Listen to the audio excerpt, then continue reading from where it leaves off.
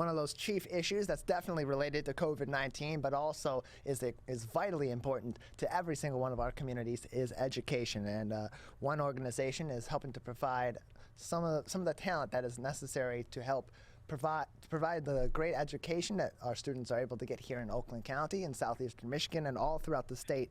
And one of those organizations is Kelly Education. We're pleased to be joined by Nicola Soares. She is the president of Kelly Education with us today on the MegaCast. Nicola, thanks for being with us today. Thank you, Tyler. Thank you for having me. Appreciate having you on. So as we head into fall and we head into the school year, last year about this time, there was a real struggle, it seemed, or a scramble to try to find the necessary amount of substitute teachers to accommodate another uncertain school year. Heading into this school year, just in the last few months, it seemed like things were going to be a little more positive. We were going to have less of these COVID-19 cases. Things were starting to sort of fizzle out in terms of severe outbreaks of COVID-19 or high community transmission of COVID-19, which is, of course, of great concern when it comes to our teachers and our educators heading toward in-person learning. The case is different now.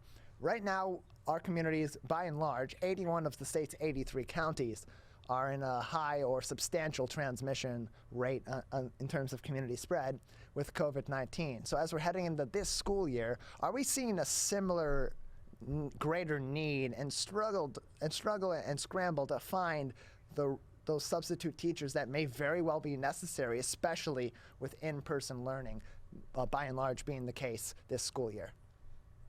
Yeah, thank you, Tyler. I think the question that you're asking is a really important one, and I would say absolutely. Kelly Education is in 45 states across the country, and I would tell you that every single public school district, charter school, independent parochial is in the same situation of needing that instructional talent.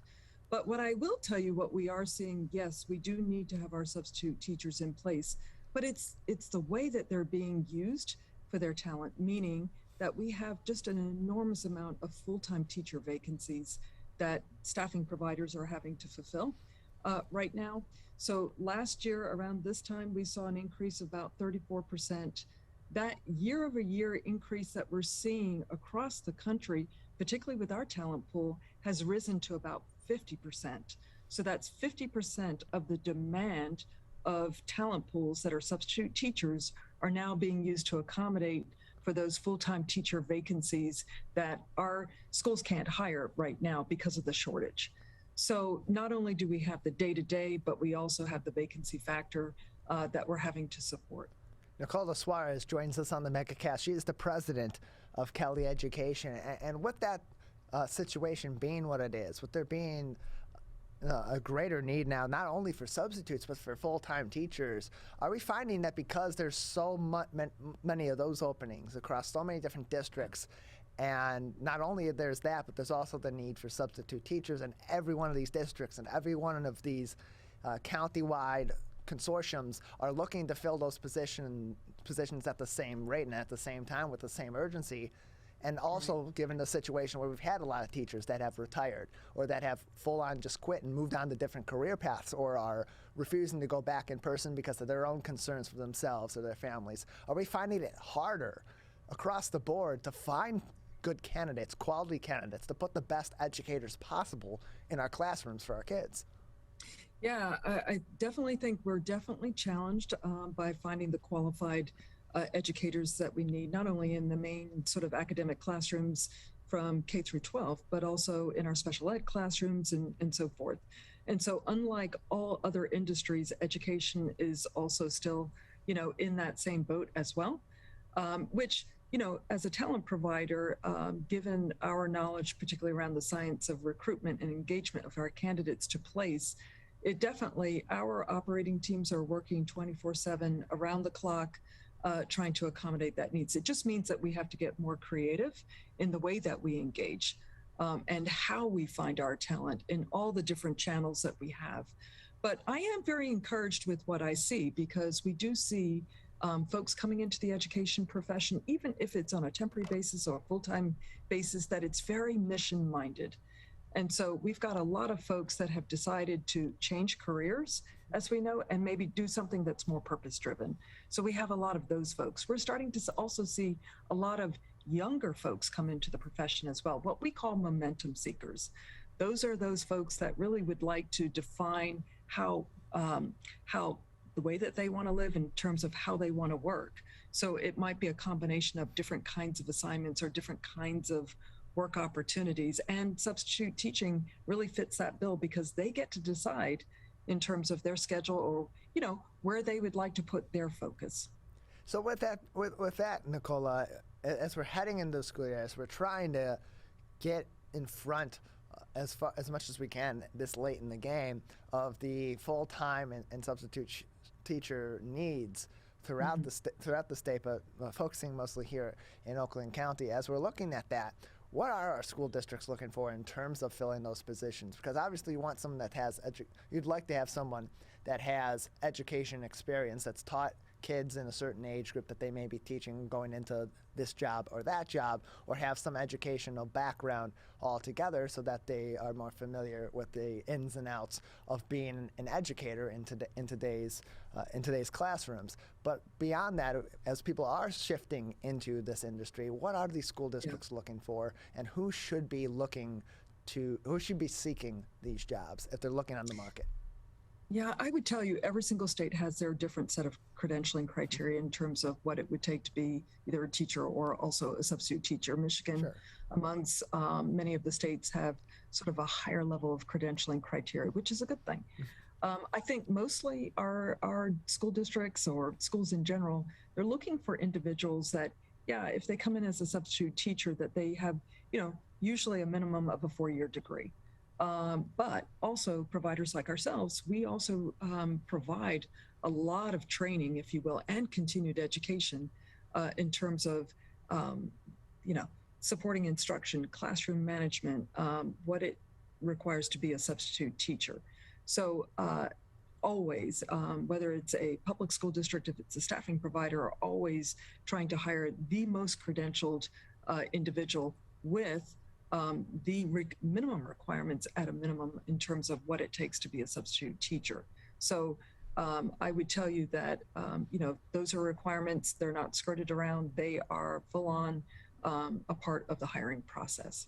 We're joined by Nicola Soares. She is the president of Kelly Education with us today on the MECAcast. And Kelly, I'd also like to discuss the mask mandates as well, because that's beginning to affect our schools, especially here in southeastern Michigan, as Oakland County earlier this week put their own mask mandate in place. It's expected that Wayne County will make a decision on mask mandates in some form today, as they were in discussions late last night as well, and that was reported this morning from the Detroit News that they're expected to make that decision today. How are the COVID-19 regulations that are being put in place by school districts and by local counties, how is that affecting the hiring process? Because for some that would be interested in these jobs, those mandates being in place, those regulations and safeguards being in place would be vitally important. But for others that may not be for those regulations, that could be something that deters them from taking these jobs. Right.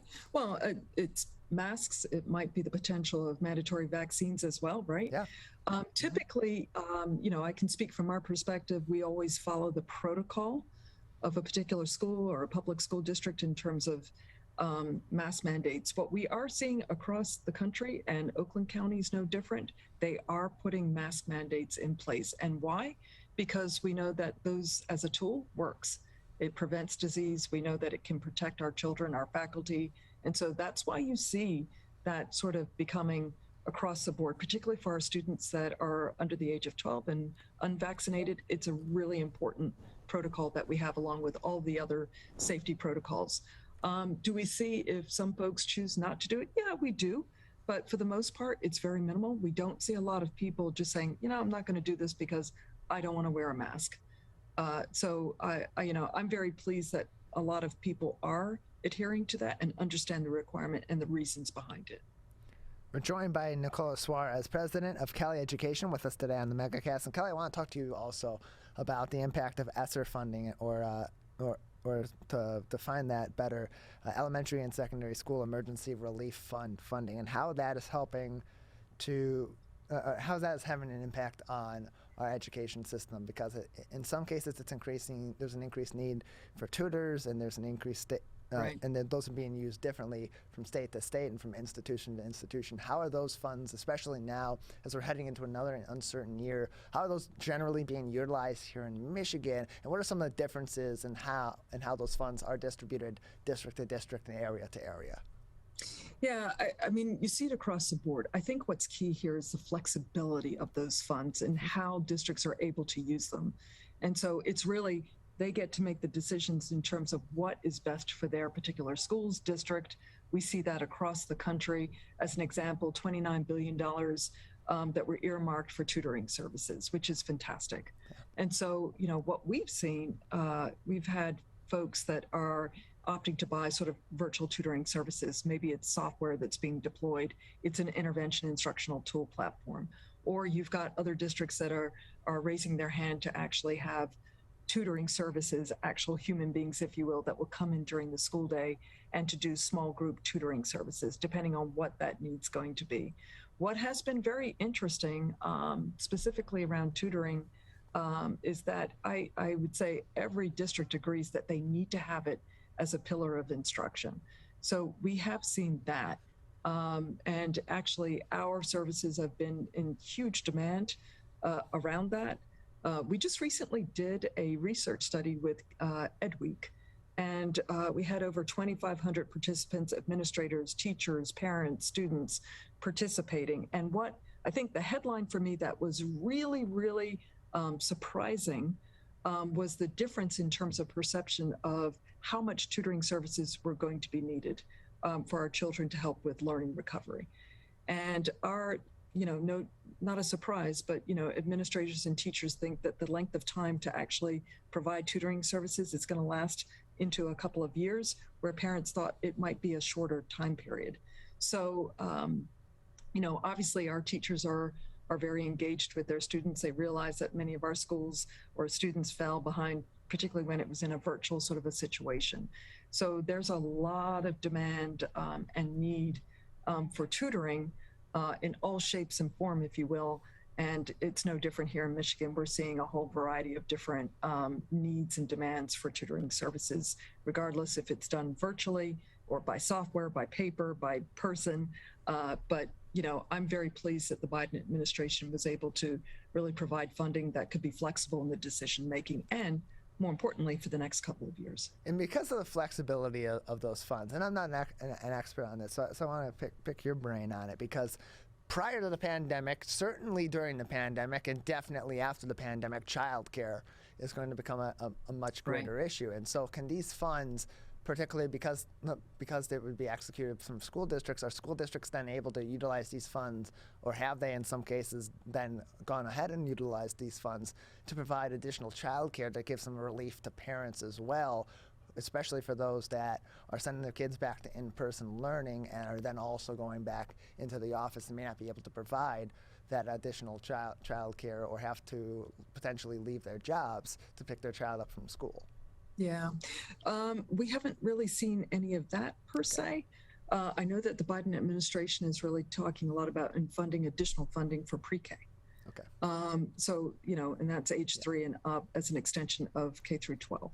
So, you know, universally, I think that a lot of folks would agree that that is a critical opportunity for our students, which also would help to accommodate too for parents as well. We're joined by Nicola Soares. She is the president of Kelly Education, with us today on the MegaCast. And Kelly, as we continue on into the school year, and we're looking to get teachers into the classroom, additional teachers in the classroom, substitutes, if people are interested in these jobs, what are the first steps that they should take, particularly for those that don't have education backgrounds necessarily, but also for those that do have education backgrounds and either are recently retired but want to get back in to provide some additional service, or are looking to switch jobs? Yeah, great question. So the first thing to do, I would say, is log on to your local public school district or different schools' websites, if you will, just to see how you apply and what the credentialing criteria is. Outside of that, you can always come to a staffing provider like ourselves. Like if you go to kellyeducation.com, there's also information on how you can apply to be as a candidate, and then to get additional information in order to be a substitute teacher. We're joined by Nicola Soares. She is the president of Kelly Education, with us on the MegaCast, and just a few more minutes with you today before we'll say goodbye. So before we do, is there anything else that would be interesting for our audience to know, or important for our audience to know, about the pursuit of more educators to put in the classroom right now, or other issues that are affecting our educators and our school districts as we head into this new school year? Yeah, I think what's always not lost on me, I'm a former teacher myself. I started my career that way too. There is a lot of focus on socio-emotional wellness for our students as they've gone through this whole pandemic. Certainly everybody agrees that schools need to stay open, but we need to do it really safely. But I always tell people not to forget about our head learners of the classroom, and those are our teachers. And so when we think about their needs to be supported, in particular, as we go through this whole still a pandemic on the other side and the talent shortages and what have you, we need to be very focused on helping to support our teachers. So if it's a service like this that helps to support their instructional needs, if it's recognition, incentives, whatever it takes, we really need to be focused to our head learners of the classroom as well. And Nicola, where can people find more information about Kelly Education and Kelly Services, and maybe engage with your organization to provide the information that they need, or some guidance on maybe helping them fill those jobs that are open in our education format across our local area?